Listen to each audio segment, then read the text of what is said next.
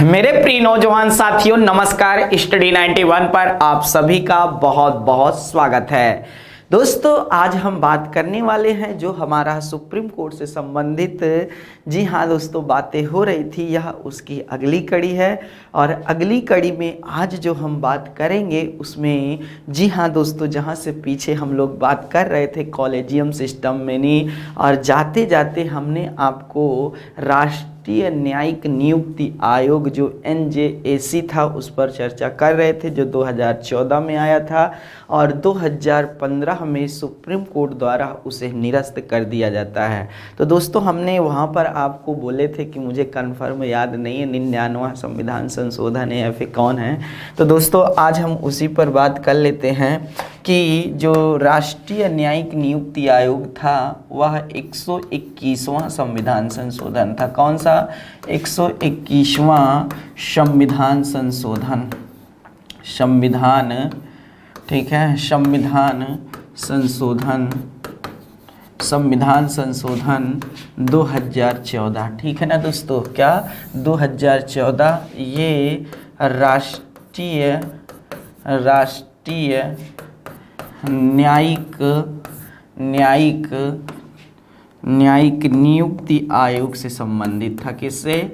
राष्ट्रीय न्यायिक नियुक्ति आयोग से संबंधित था, ठीक है, आयोग से संबंधित है। इसको NJAC के नाम से भी जाना जाता है, नेशनल, जी हाँ दोस्तों, जुडिशियल अपॉइंटमेंट कमीशन। तो इस तरह दोस्तों आप यहाँ से देख लिए होंगे। 2015 में इसको सुप्रीम कोर्ट ने क्या कर दिया था? रद्द कर दिया था, निरस्त कर दिया था, या फिर विधि शून्य घोषित कर दिया था। उसका कारण हमने बताया था, क्या कारण था? जी हाँ दोस्तों, तो यहाँ तक की बातें हमारी आपकी हो चुकी थी और बहुत शानदार बातें हो चुकी थी।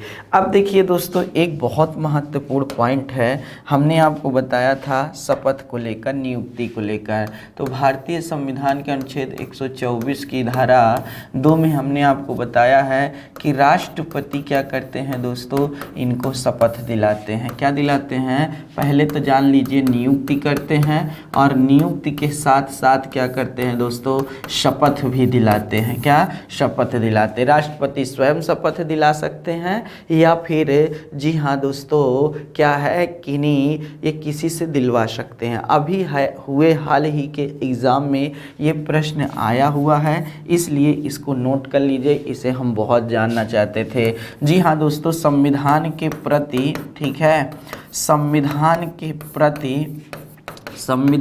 प्रति सच्ची श्रद्धा, ठीक है, सच्ची श्रद्धा और निष्ठा की शपथ लेते हैं। किसकी? और निष्ठा की शपथ लेते हैं, जी हाँ दोस्तों, अर्थात कौन? न्यायाधीश। तो यहाँ से देख लीजिएगा, ये आया हुआ एग्जाम में प्रश्न है, नहीं तो आप गलती ना कर लीजिएगा नहीं। अब आइए दोस्तों, आगे बात करते हैं, बहुत शानदार बातें हैं। तो आगे अगर हम बात करते हैं तो भारतीय संविधान का अनुच्छेद है अनुच्छेद 125। अनुच्छेद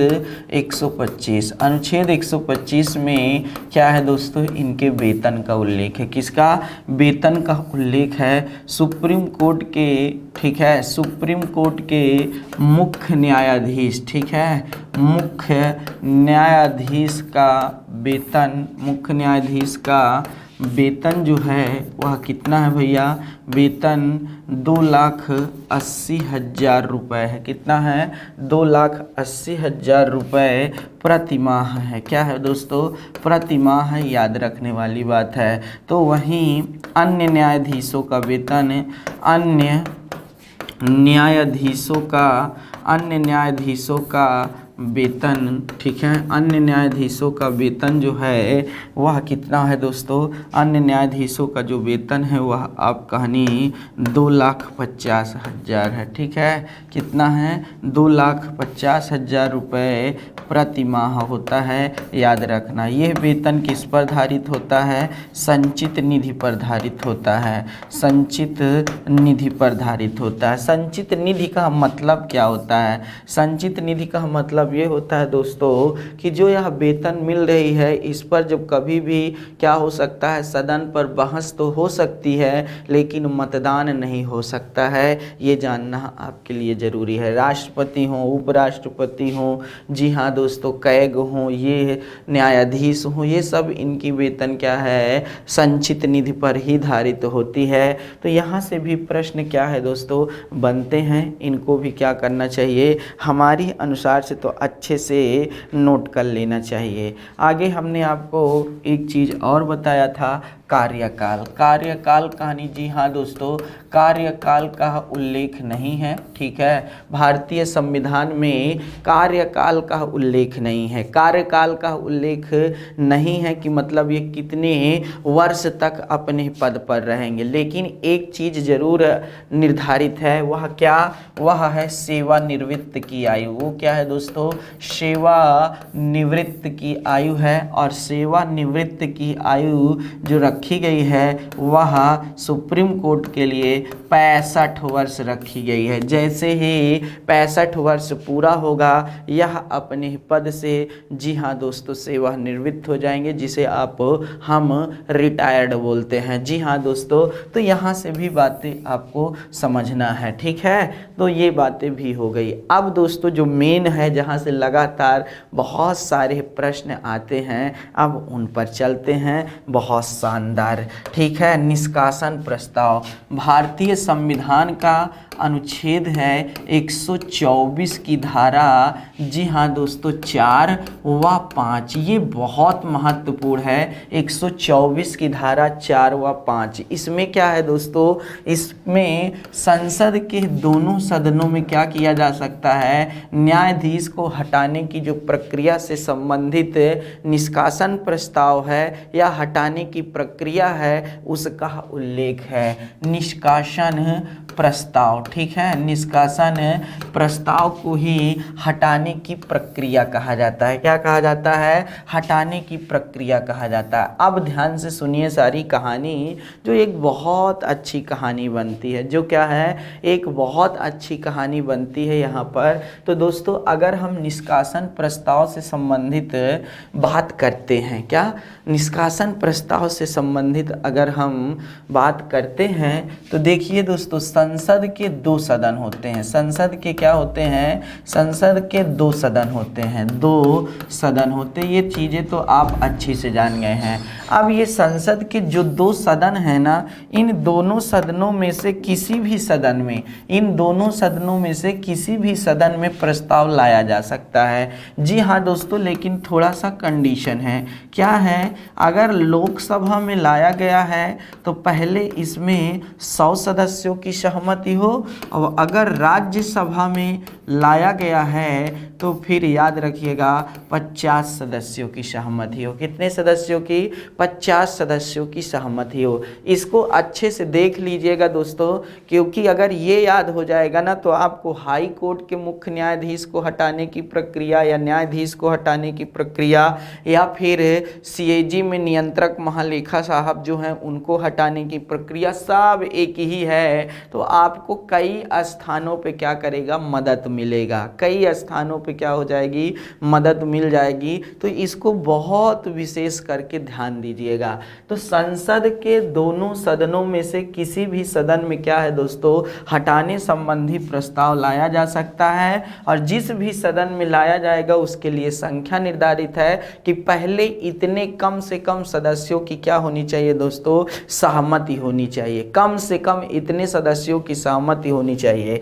अब देखिए दोस्तों, अगर लोकसभा में आया है तो लोकसभा के अध्यक्ष के सम्मुख ये रखा जाएगा, और अगर राज्यसभा में आया है तब फिर सभापति के सम्मुख रखा जाएगा। किसके, सभापति। तो लोकसभा अध्यक्ष या सभापति के पास जब यह जाएगा तो ध्यान से देखिए दोस्तों, चाहे अध्यक्ष की बात हो चाहे सभापति की बात हो, ये दोनों जिसमें भी एक में आएगा, याद रखिए 2 में से एक में आएगा, चाहे इसमें आए चाहे इसमें आए। तो दोनों में से जिसके पास भी आया, मान लीजिए लोकसभा अध्यक्ष के पास आया तो ये भी निरस्त कर सकते हैं, ये भी निरस्त कर सकते हैं। मतलब यहीं पर बात ख़त्म कर सकते हैं। लेकिन जब जोरदारी से आया है, आवाज़ उठी है, तो ये नहीं कि ये एकदम धीरे से आसानी से कह दे नहीं नहीं नहीं नहीं माना जाएगा, हटाओ इसे।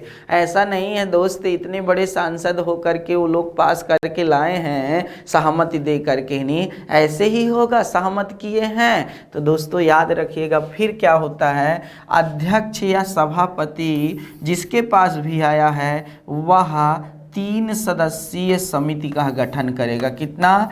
3 सदस्यीय समिति का गठन करेगा। अब यह जब 3 सदस्यीय समिति का गठन करेगा तो दोस्तों आपको पता होना चाहिए दोस्तों, इन 3 सदस्यीय समिति में नहीं, याद रखिएगा 3, जी हाँ, अलग अलग पद के, जी हाँ दोस्तों, लोग आएंगे। पहला, सुप्रीम कोर्ट का, इसमें मुख्य न्यायाधीश भी हो सकते हैं। मुख्य न्यायाधीश, अगर मुख्य न्यायाधीश के खिलाफ लाया गया है तो मुख्य न्यायाधीश फिर नहीं होंगे। सुप्रीम कोर्ट के मुख्य न्यायाधीश, या फिर वो नहीं रहेंगे तो अन्य वरिष्ठतम न्यायाधीश, कोई जो रहेगा वरिष्ठतम न्यायाधीश वो आएंगे। ठीक है, अन्य वरिष्ठतम न्यायाधीश, ठीक है, अन्य वरिष्ठतम न्यायाधीश किसी भी हाई कोर्ट के, ठीक है, किसी भी हाई कोर्ट के मुख्य न्यायाधीश। अब एक आएंगे, ये नहीं कि नहीं अलग कई आ जाएं, किसी भी हाई कोर्ट के मुख्य न्यायाधीश, ठीक है, मुख्य न्यायाधीश। और तीसरा जो है दोस्तों, प्रतिष्ठित न्यायविद या फिर कानून का अच्छा ज्ञाता। ये बहुत शानदार बातें हैं। प्रतिष्ठित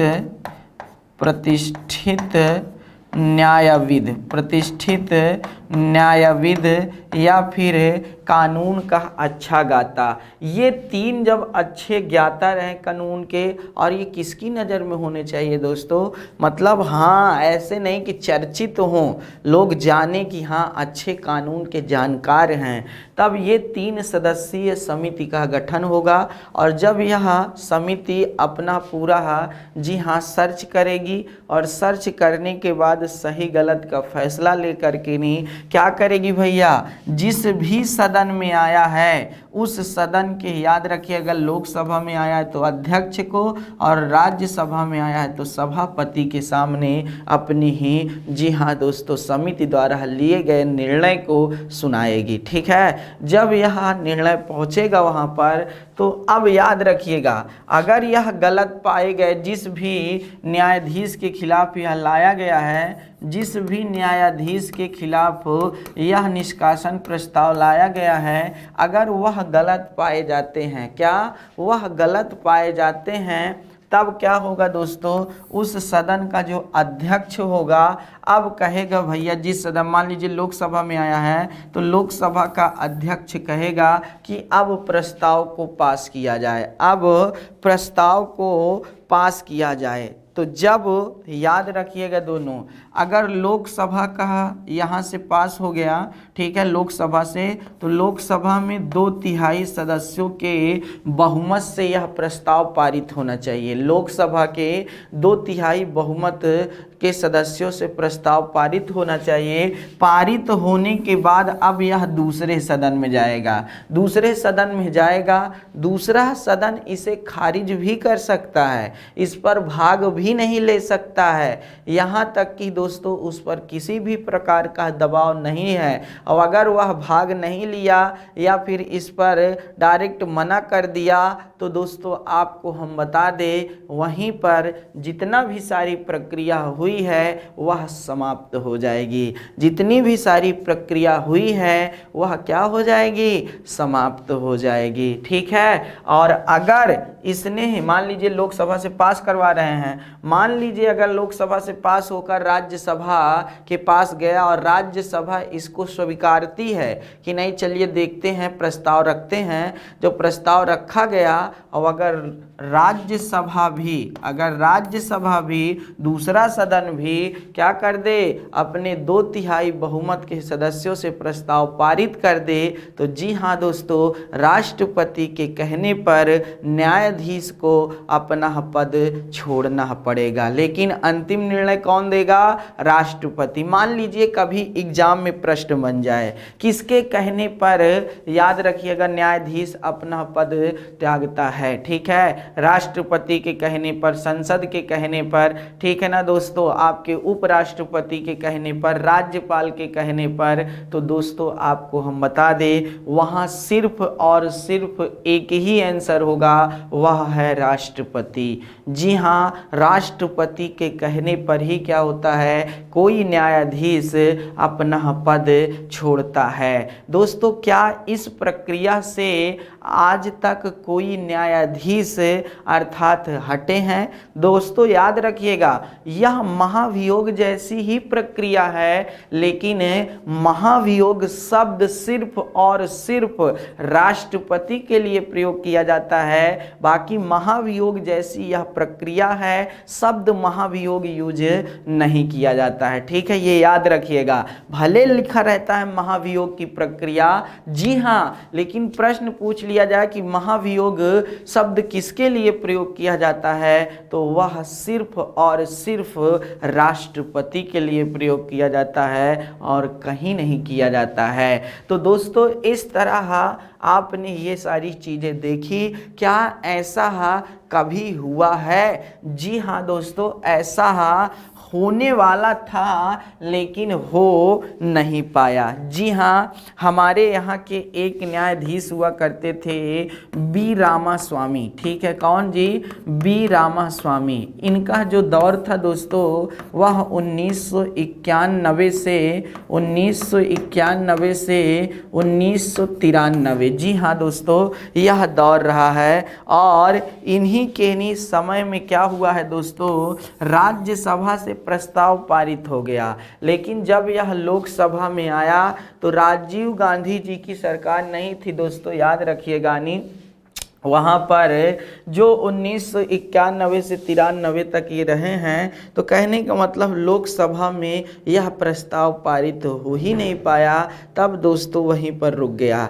इसलिए दोस्तों अभी आपने देखा होगा दीपक मिश्रा जब हमारे यहाँ के चीफ जस्टिस हुआ करते थे तो उन पर भी बहुत बड़ी आवाज़ उठाई गई थी महाभियोग लाने के लिए। लेकिन दोस्तों मोदी जी की सरकार, एनडीए की सरकार थी, अंततः प्रस्ताव वहाँ से पारित ही नहीं हो पाया था। तो इसलिए दोस्तों आपको बता दें, आज तक भारत के न्यायाधीशों में से यह ऐसा मौका है जो कोई भी न्यायाधीश इस प्रक्रिया से बाहर नहीं हुआ है। तो ये अपने, जी हाँ दोस्तों, संविधान की एक बहुत बड़ी खूबसूरती रही है, सुंदरता रही है। तो यहाँ से भी प्रश्न अगर आते हैं तो इनको बहुत शानदार तरीके से हल करने का प्रयास करिएगा, ठीक है। तो मैंने इतनी बातें बता दी है दोस्तों, अगर आप इतने अच्छे से समझते हैं ना तो सच में ही मज़ा आ जाता है, सच में क्या हो जाता है,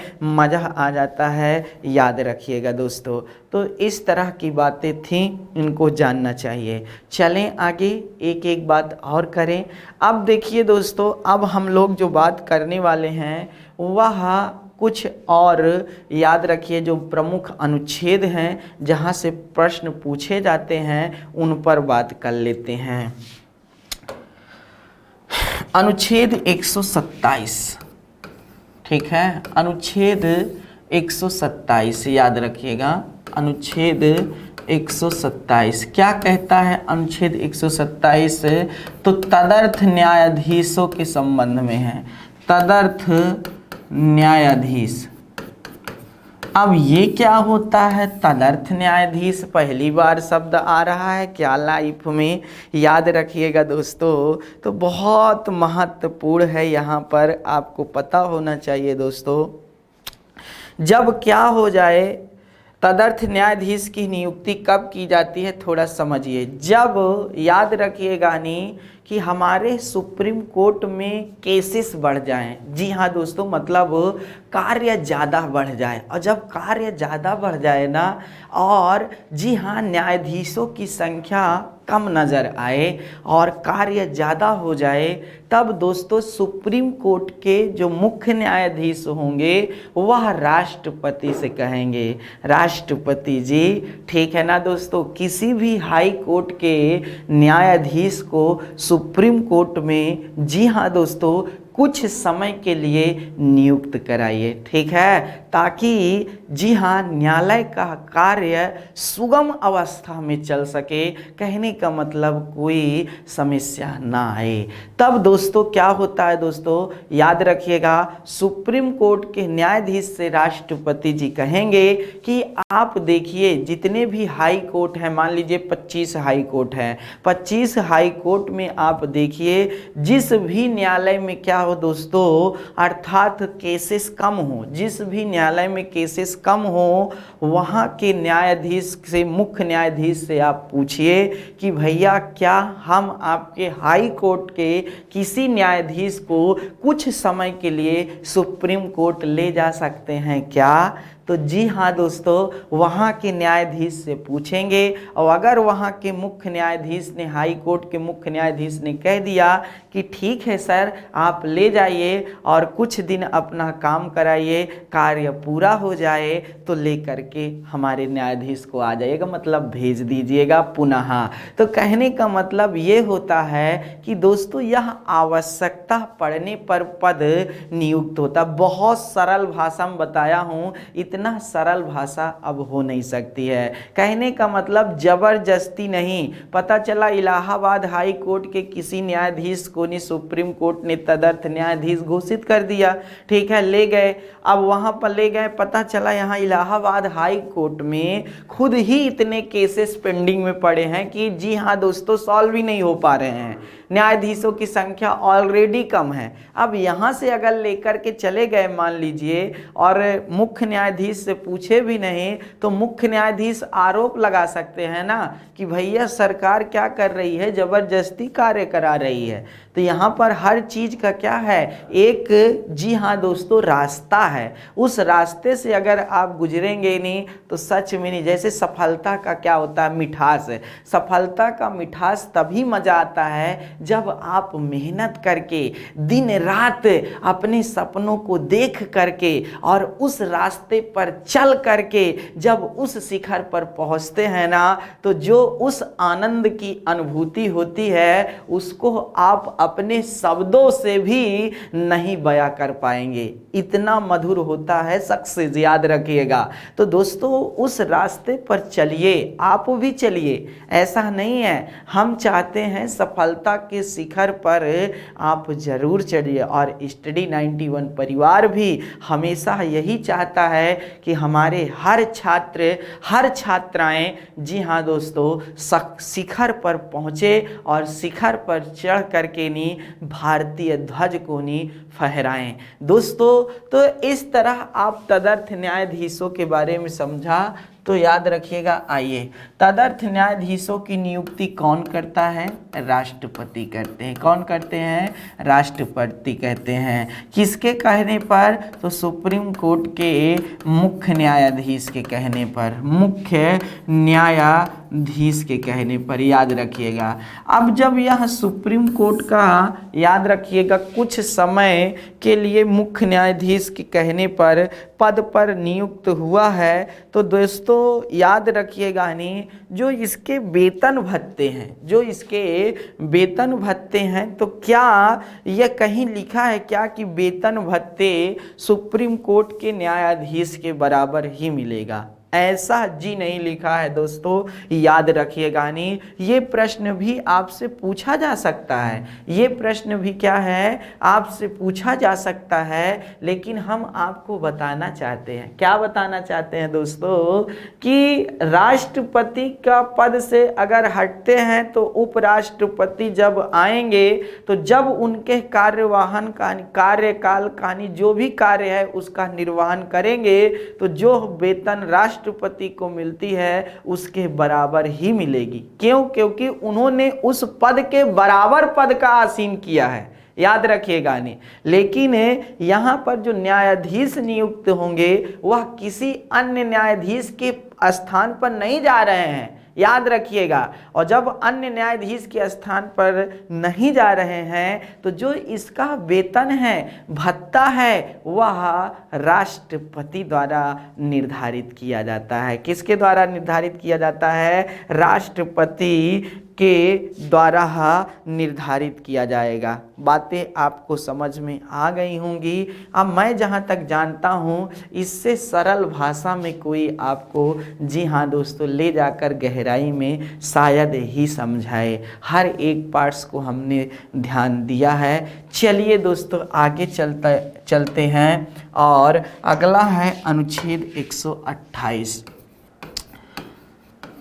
अनुच्छेद 128 क्या कहता है भाई? अनुच्छेद 128 में सेवानिवृत्त न्यायाधीश की नियुक्ति का उल्लेख है। कौन सा भैया? सेवानिवृत्त न्यायाधीश का उल्लेख सेवानिवृत्त न्यायाधीश का उल्लेख है। अब देखिए दोस्तों, जो सेवानिवृत्त न्यायाधीश का उल्लेख है इसका मतलब क्या होता है?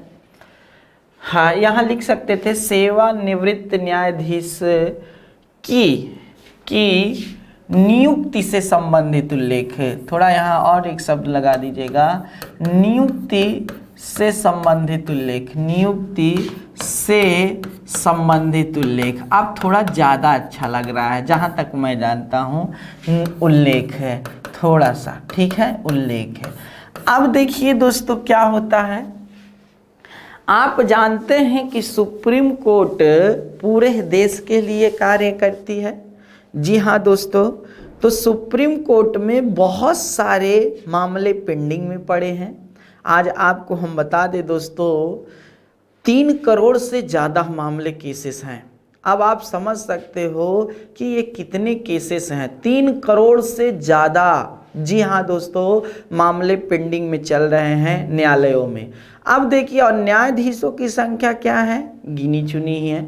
और सुप्रीम कोर्ट में न्यायाधीश तो सिर्फ मुख्य न्यायाधीश को लेकर टोटल 34 ही हैं। अब क्या है, इतना रोजाना आए दिन क्या होते हैं दोस्तों, केसेस पहुंचते हैं सुप्रीम कोर्ट में। और एक केस पहुंच गया तो जी हाँ दोस्तों, साल, 2 साल, 3 साल, 4 साल, 10 साल, 20 साल भी लग सकता है। यहाँ तक कि कुछ केसेस तो ऐसे हैं कि एक बहुत लंबे समय तक चलते रहते हैं। जी हाँ दोस्तों, जिनका निपटारा भी नहीं हो सकता। क्यों? क्योंकि दोस्तों कहीं पर भी नहीं लिखा है कि सुप्रीम कोर्ट इतने दिन के अंदर या हाई कोर्ट इतने दिन के अंदर मामले की सुनवाई कर लेगी।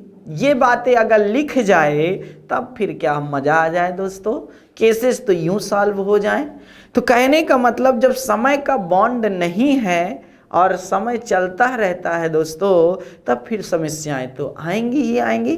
तो आप जब देखेंगे कि क्या होता है दोस्तों, सुप्रीम कोर्ट में न्यायाधीशों की संख्या 34 और केसेस बहुत ज़्यादा। अब क्या होता है, जब केसेस बहुत ज़्यादा है तो जब कोई सेवानिवृत्त न्यायाधीश है, जैसे अपने पद से रिटायर हो गया, घर में बढ़िया बैठा है, और सुप्रीम कोर्ट में कार्य जब ज़्यादा हो जाता है, तब मुख्य न्यायाधीश राष्ट्रपति जी से कहेंगे कि हमें उस न्यायाधीश जो थे भैया उनको आप सुप्रीम कोर्ट में कुछ समय के लिए क्या है दोस्तों नियुक्त कर दीजिए, बुलवा दीजिए, और वह हमारा कार्य का क्या करके दोस्तों संचालन करवा करके, समाप्त करवा करके नहीं, जी हाँ दोस्तों, अपने पद पर मतलब जैसे थे वैसे फिर सेवानिवृत्त तो थे ही, वो फिर अपने पद पर पहुंच जाएंगे सेवानिवृत्त में। तो जब किसी न्यायाधीश को थोड़े समय के लिए, जी हाँ दोस्तों, अपराधों की संख्या को देखते हुए क्या किया जा सकता है, नियुक्त किया जा सकता है। नियुक्ति राष्ट्रपति के द्वारा ही होगी, लेकिन सुप्रीम कोर्ट के न्यायाधीश के कहने पर।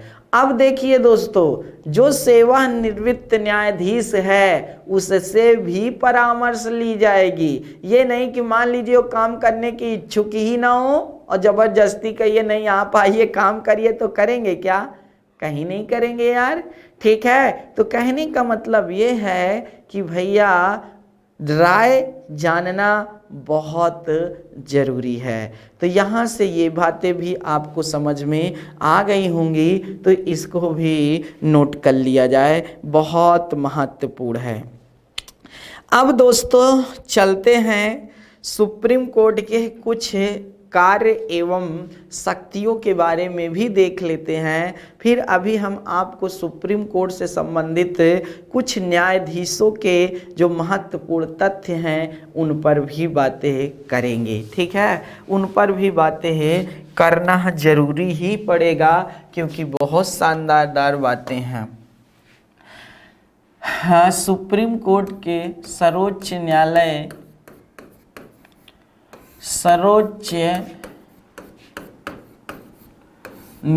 की कार्य एवं शक्तियां।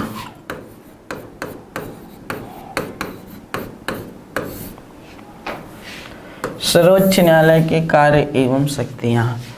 दोस्तों आपको पता होना चाहिए कि जो हमारा सर्वोच्च न्यायालय है, कुछ ऐसे केसेस हैं जो सिर्फ और सिर्फ मौलिक अधिकार के तहत भी आते हैं, कि सिर्फ और सिर्फ, जी हाँ दोस्तों, सुप्रीम कोर्ट में ही सुनवाई होगी। एक तरह से पूरा का पूरा पावर है दोस्तों।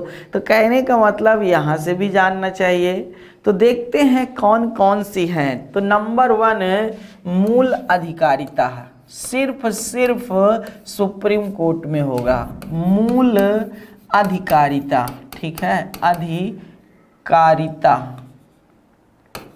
अधिकारिता। तो मूल अधिकारिता का उल्लेख कहाँ है भारतीय संविधान में? तो दोस्तों अनुच्छेद 131 में है। कहाँ पर है? अनुच्छेद 131। अनुच्छेद 131 के तहत, जी हाँ दोस्तों, सुप्रीम कोर्ट को कुछ ऐसे केसेस हैं जिन पर सुनवाई करने का पूरा अधिकार मिला है। सिर्फ और सिर्फ यह केसेस सुप्रीम कोर्ट में ही क्या होंगे दोस्तों? याद रखेंगे, सुनवाई होगी। तो पहला क्या है दोस्तों, याद रखिएगा। कुछ है, देख लेते हैं। जब एक राज्य और दूसरे राज्य के बीच में विवाद हो जाए, ठीक है, एक राज्य और दूसरे राज्य का विवाद, एक राज्य और दूसरे, ये थोड़ा सेंटेंस मिल नहीं रहा है तो सेंटेंस बनाते हैं। राज्य के बीच विवाद, राज्य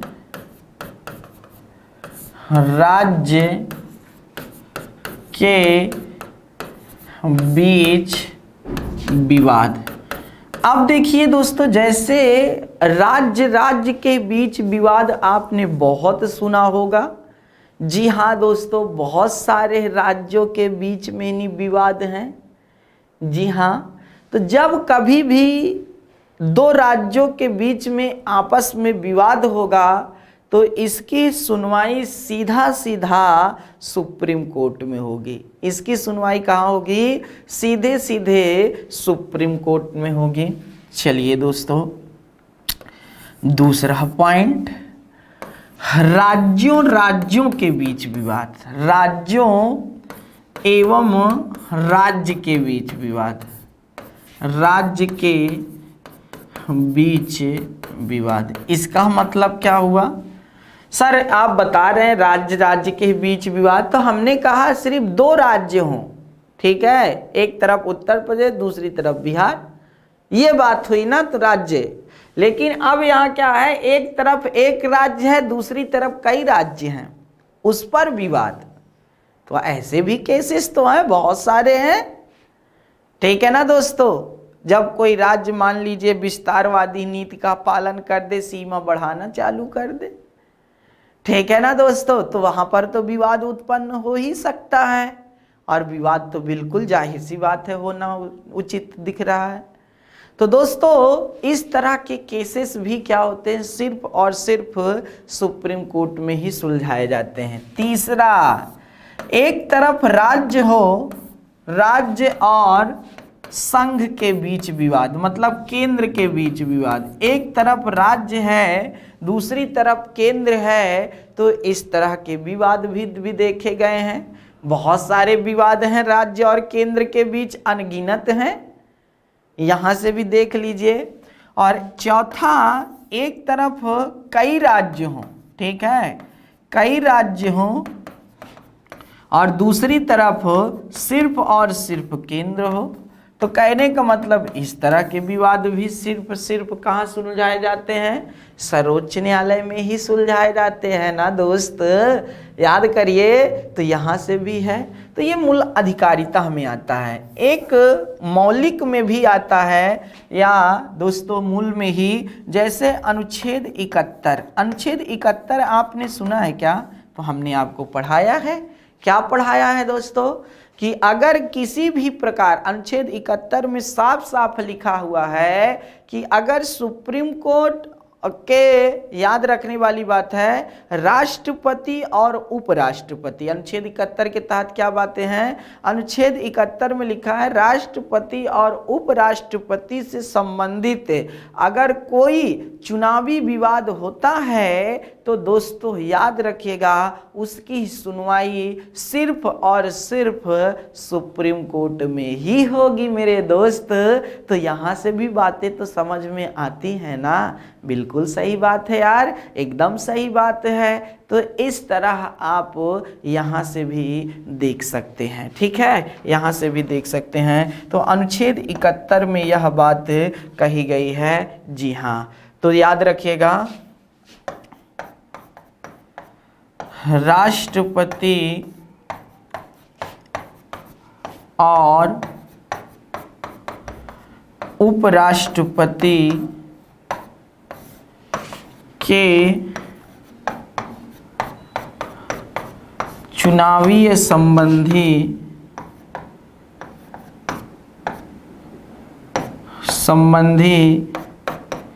विवाद, ठीक।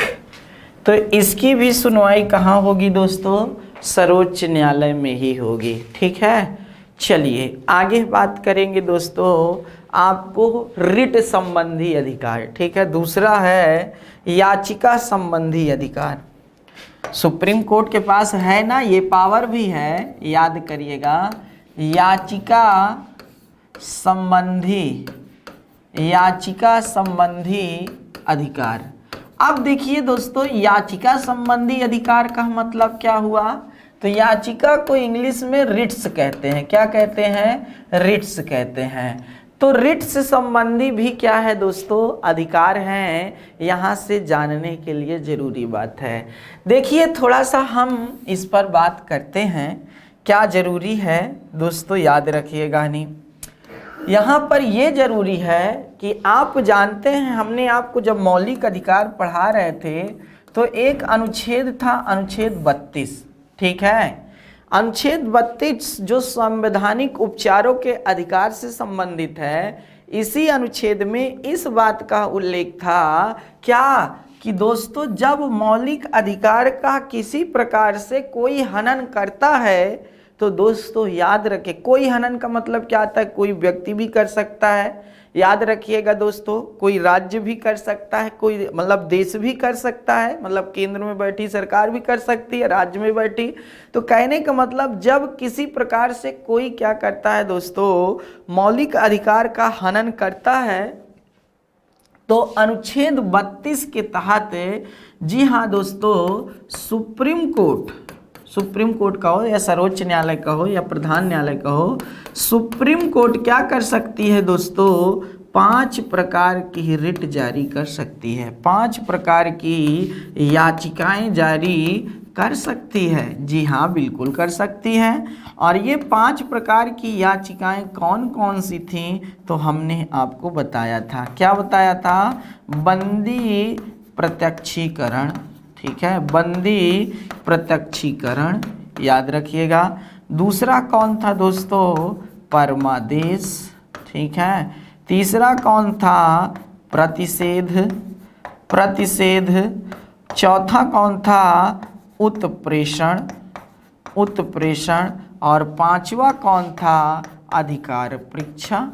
तो कहने का मतलब ये 5 प्रकार की रिट्स कौन जारी करता है दोस्तों? तो सुप्रीम कोर्ट जारी करता है, ठीक है। 5 प्रकार की रिट्स कौन जारी करता है? सुप्रीम कोर्ट जारी करता है। और यह सुप्रीम कोर्ट की याचिका संबंधी क्या है दोस्तों? अर्थात अधिकार हैं, ठीक है, अधिकार हैं। तो यहाँ से भी बातें जानना चाहिए था। जी हाँ दोस्तों, बहुत शानदार बातें हैं।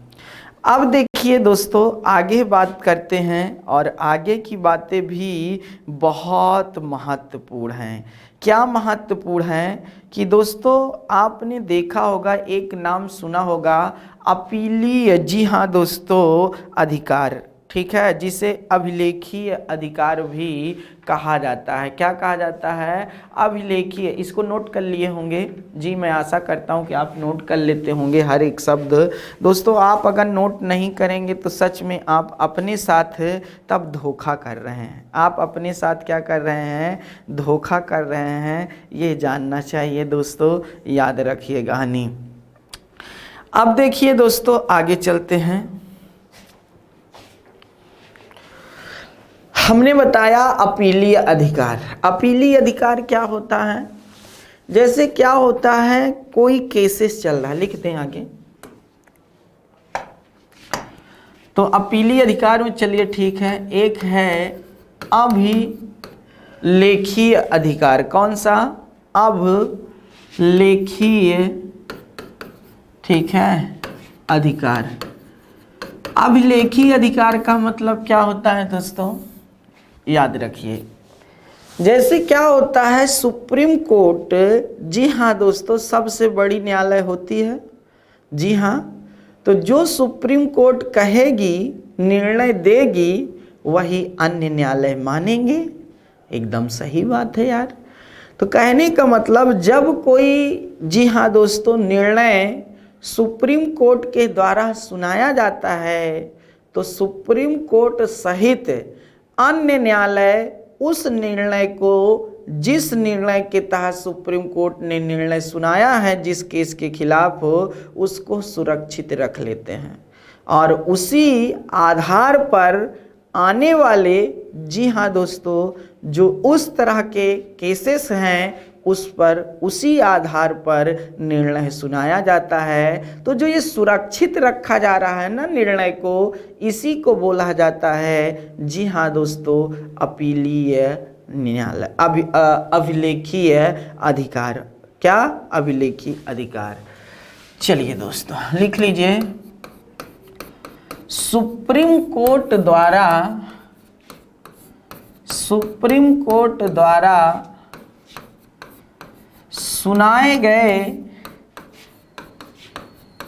किसी बड़े निर्णय को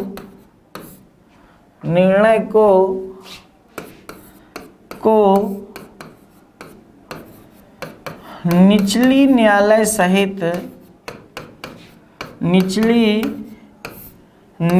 सहित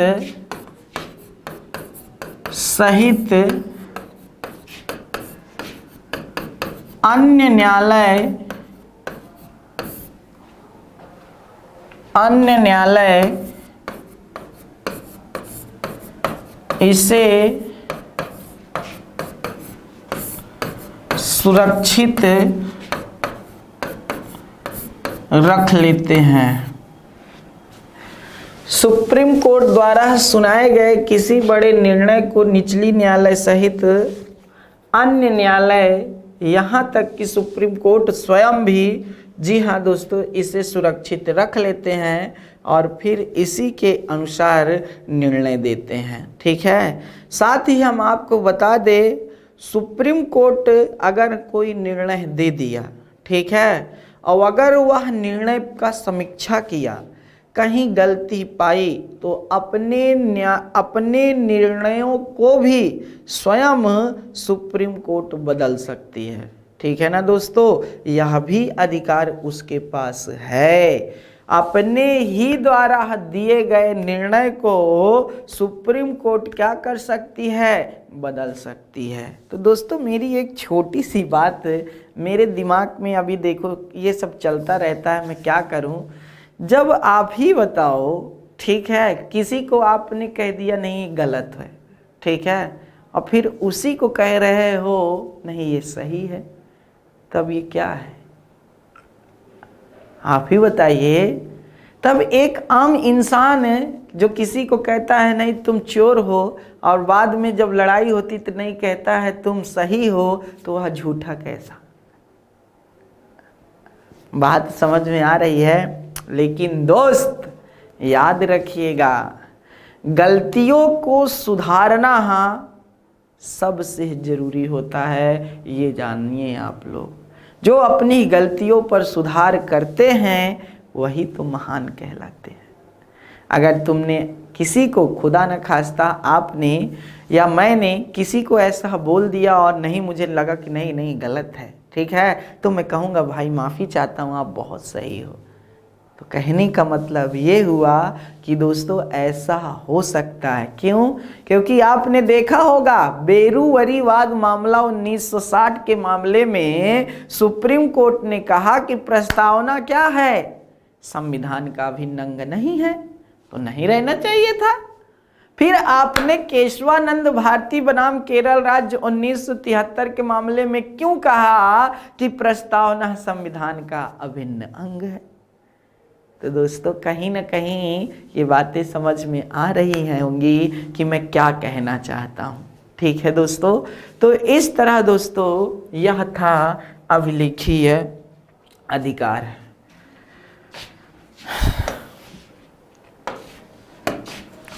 अगला है अपीलीय अधिकार।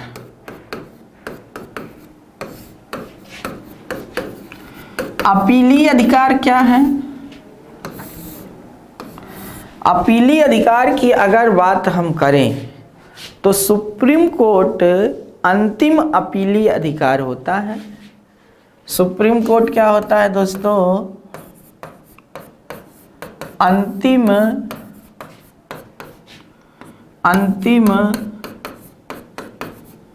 अपीलीय अधिकार होता है। जी हाँ, क्या है?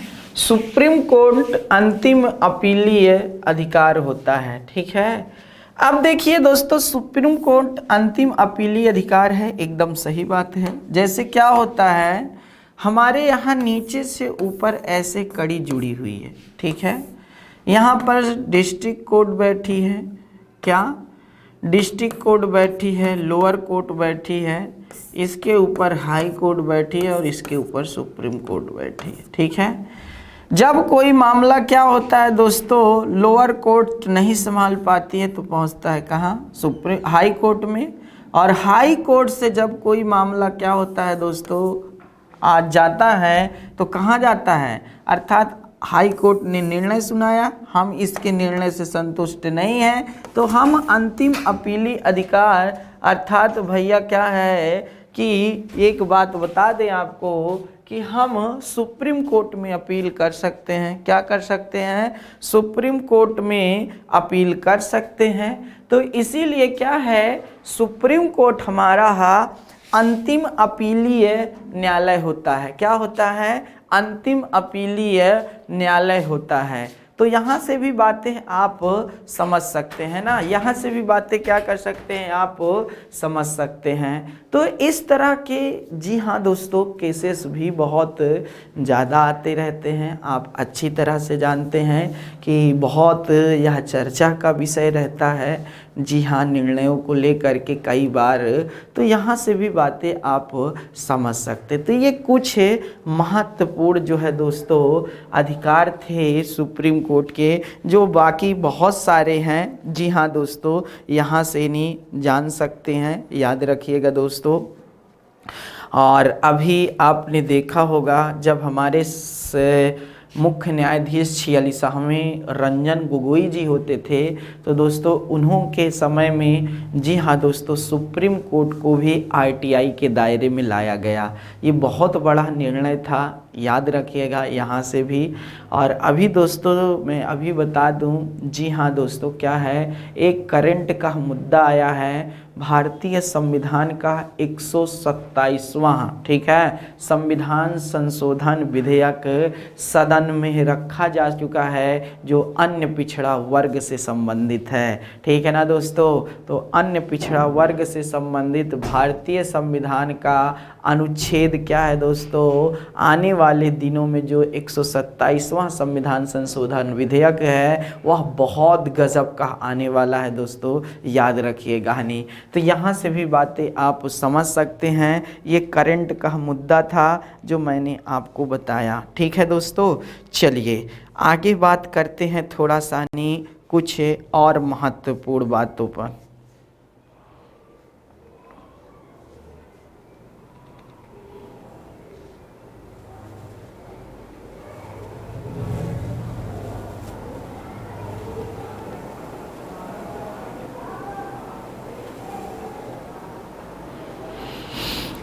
चलिए भैया, एक आपने संवैधानिक पीठ का नाम सुना होगा, संवैधानिक पीठ। भारतीय संविधान के अनुच्छेद 145 में इसका उल्लेख है। क्या होता है दोस्तों, जब संविधान से संबंधित कोई व्याख्या हो, याद रखना, या फिर राष्ट्रपति द्वारा अनुच्छेद 143 के तहत मांगी गई कोई सलाह हो, ऐसे जब कोई निर्णय बड़े आते हैं या बड़े केसेस सामने, तो सुप्रीम कोर्ट क्या करती है दोस्तों, एक पीठ का गठन करती है, ठीक है। और जो यह पीठ का गठन करती है, पीठ का, उसी को संवैधानिक पीठ कहा जाता है। इसमें कम से कम 5 न्यायाधीश का होना अति आवश्यक है, ठीक है। और संख्या जो होगी वह विषम ही होगी, याद रखिएगा दोस्तों। क्यों? क्योंकि जैसे 7 है तो 7 लोग, अब पक्ष या विपक्ष 2 होता है, याद रखिएगा। मान लीजिए पक्ष या विपक्ष, तो दोस्तों अब ये बराबर में तो मत कभी दे नहीं सकते हैं, जी हाँ दोस्तों, हमेशा ज़्यादा कम में ही होगा।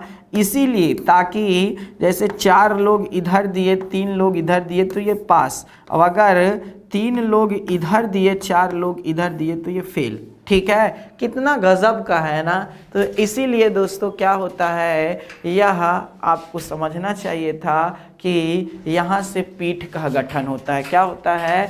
पीठ का गठन होता है। आप इसको भी देख सकते हैं, जी हाँ दोस्तों। तो ये बातें आपको समझ में आ गई होंगी, बहुत महत्वपूर्ण है, ठीक है दोस्तों। आइए दोस्तों, ठीक है, अनुच्छेद 138 है। क्या है अनुच्छेद 138? थोड़ा यहाँ से भी देखना बहुत ज़रूरी होता है, कभी कभी प्रश्न पूछ भी लिए जाते हैं, तो याद रखिएगा। अनुच्छेद 138 में साफ साफ इस बात का उल्लेख है कि जी हाँ दोस्तों, संसद कानून बना करके सुप्रीम कोर्ट का दायरा बढ़ा सकती है। संसद कानून बनाकर सुप्रीम कोर्ट का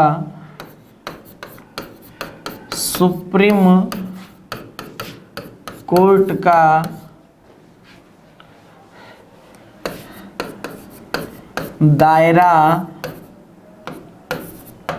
बढ़ा सकती है। तो क्या घटा भी सकती है? तो जाहिर सी बात है, ऑफ कोर्स। याद रखिएगा दोस्तों, बढ़ा सकती है तो घटा भी तो सकती है। याद रखिएगा दोस्त, जब बोझा बढ़ेगा तो क्या करेंगे, कम ना किया जाएगा। चलिए अगला देखते हैं दोस्तों। अनुच्छेद हम बात करने वाले हैं। जो हमने संवैधानिक पीठ के बारे में बताया वो बहुत महत्वपूर्ण था। अनुच्छेद 146, ठीक है। अनुच्छेद 146 में इस बात का उल्लेख है, जी हाँ दोस्तों, जो सुप्रीम कोर्ट में बहुत सारे कर्मचारी नियुक्त होते हैं, जो सुप्रीम कोर्ट में बहुत सारे कर्मचारी नियुक्त होते हैं, यहाँ पेशकार हो गया, और याद रखना बहुत सारे लोग होते हैं ना, आपने देखा होगा नीचे से ऊपर तक बहुत सारे कर्मचारी होते हैं। तो सुप्रीम कोर्ट में जो कर्मचारी नियुक्त होते हैं, कर्मचारी, ठीक है, वह कर्मचारियों की नियुक्ति सुप्रीम कोर्ट के मुख्य न्यायाधीश के दिशा निर्देश में होती है, और साथ ही साथ इनके जो वेतन भत्ते हैं, इनके जो वेतन भत्ते हैं वह भी यही निर्धारित करते हैं। ठीक है दोस्तों, यही बातें भी जानना चाहिए।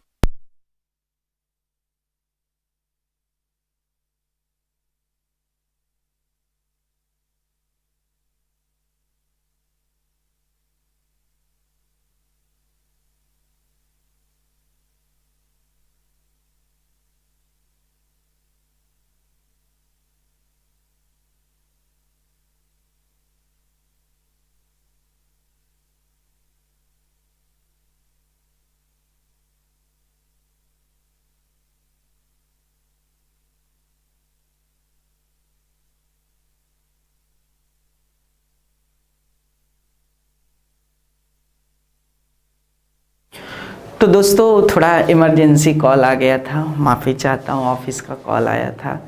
तो बताना तो नहीं चाहिए मैं एक इतने बड़े, जी हाँ दोस्तों, प्लेटफॉर्म पर खड़ा हूँ, लेकिन आप कहेंगे सर 1-2 मिनट कहाँ चले गए। तो कहने का मतलब, उसके लिए माफ़ी, सॉरी। तो कहने का मतलब ये है कि 146 में जो कर्मचारी क्या होते हैं दोस्तों, इतने सुप्रीम कोर्ट में नहीं क्या होते हैं, नियुक्त होते हैं। तो जो छोटे स्तर के होते हैं ना, उन सब का निर्धारण है सुप्रीम कोर्ट के मुख्य न्यायाधीश ही करते हैं, और उनके वेतन भत्ते भी। तो इस तरह दोस्तों आपने यहाँ तक की बातें सुनी और समझी। अब देखिए आगे बात करते हैं दोस्तों कुछ फैक्ट्स। चलिए शुरू करते हैं। सुप्रीम कोर्ट के प्रथम मुख्य न्यायाधीश, प्रथम मुख्य न्यायाधीश, प्रथम मुख्य न्यायाधीश याद रखिएगा कौन थे दोस्तों, हीरालाल जे कानिया, हीरालाल जे कानिया जी थे। यह 1951 तक अपने पद पर थे, याद रखिएगा दोस्तों, जी हाँ। फिर उसके बाद दूसरे मुख्य न्यायाधीश, ये भी प्रश्न आ चुका हो, दूसरे मुख्य न्यायाधीश, याद रखना जब हमारे हीरालाल जे कानिया जी की मृत्यु अपने पद पर रहते ही हो गई थी, तब याद रखिएगा MP शास्त्री जी बने थे। कौन बने थे? MP पतंजलि नाम था दोस्तों, पतंजलि शास्त्री, ठीक है, शास्त्री जी बने थे। और यह कब से 1951 से लेकर के 54 तक अपने पद पर थे। ठीक है दोस्तों, अगला सर्वाधिक न्यायाधीश पद पर रहने वाले मुख्य न्यायाधीश, सर्वाधिक मुख्य न्यायाधीश के पद पर रहने वाले, मुख्य न्यायाधीश के पद पर रहने वाले मुख्य न्यायाधीश,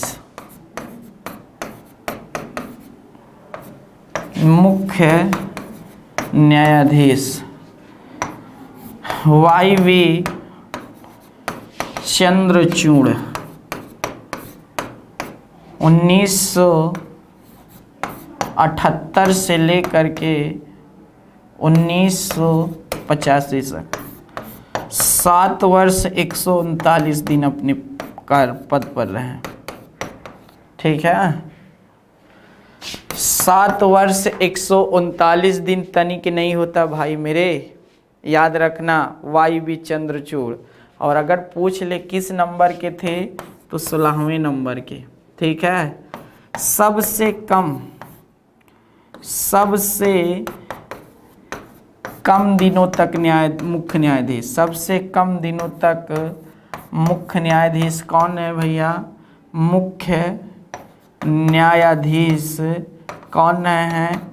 तो दोस्तों आपको बता दें, कमल नारायण जी रहे। कौन रहे हैं? कमल नारायण सिंह। कमल नारायण सिंह कितना रहे हैं? मात्र 17 दिन अपने पद पर रहे। कितना? 17 दिन पद पर रहे हैं कमल नारायण सिंह। याद रखने वाली बातें हैं। अब मत कहिएगा कि सर आप हमको बताए नहीं, तो हमने आपको क्यों नहीं बताया, आप खुद ही देख लीजिए। हर एक पार्ट्स पर हमने बातें कर रहे हैं। ठीक है, तो दोस्तों यहाँ से भी आप समझ सकते हैं। ये कब से कब तक रहे दोस्तों? तो 25 नवंबर 1991 से लेकर 12 दिसंबर 1991 तक। ठीक है, 25 नवंबर 1991 से लेकर के, जी हाँ दोस्तों, 12 दिसंबर 1991 तक। तो यहाँ से भी प्रश्न पूछा जा सकता है। ठीक है, डी सुब्बाराव, डी सुब्बाराव ऐसे याद रखिएगा दोस्तों न्यायाधीश थे जो राष्ट्रपति का चुनाव लड़े थे। ठीक है, डी सुब्बाराव ये मुख्य न्यायाधीश थे। हाँ, पहले डी सुब्बाराव पहले मुख्य न्यायाधीश थे, मुख्य न्यायाधीश थे जो राष्ट्रपति का चुनाव लड़े थे। ठीक है दोस्तों, चुनाव लड़े थे, ये याद रखिएगा। के.एस.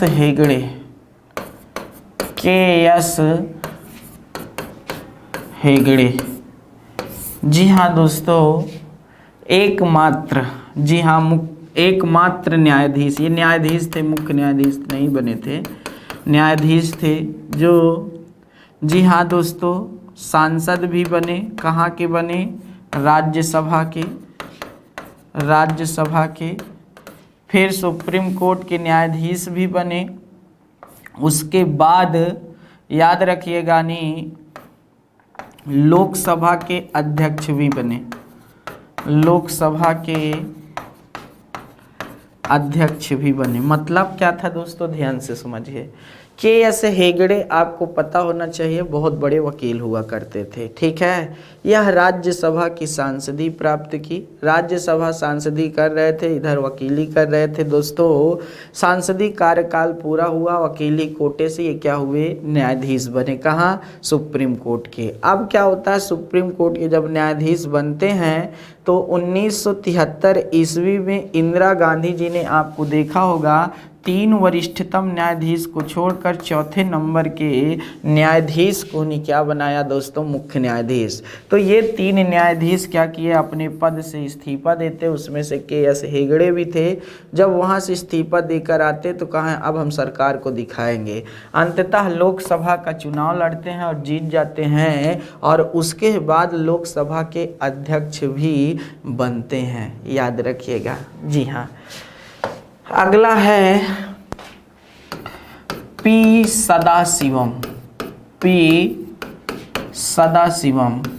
सदाशिवम आपको ये पता होना चाहिए दोस्तों कि कौन थे दोस्तों? सुप्रीम कोर्ट के, जी हाँ दोस्तों, एक बहुत बड़े न्यायाधीशों में इनका भी नाम रिकॉर्ड है और अपने आप में बहुत महत्वपूर्ण है। पी सदाशिवम यह 2013 से लेकर के 2014 के बीच में सुप्रीम कोर्ट के मुख्य न्यायाधीश भी रहे हैं। ठीक है, 2013 से 2014 के बीच में यह मुख्य न्यायाधीश भी रहे हैं, और जब यह सेवानिवृत्त होते हैं तो यह पहले मुख्य न्यायाधीश हैं जो दोस्तों राज्यपाल बने थे, वो भी कहाँ के, केरल के राज्यपाल। ठीक है, कहाँ के राज्यपाल, केरल के राज्यपाल बनाए गए थे पी सदाशिवम जी। तो यहाँ से भी बातें आप समझना चाहिए था,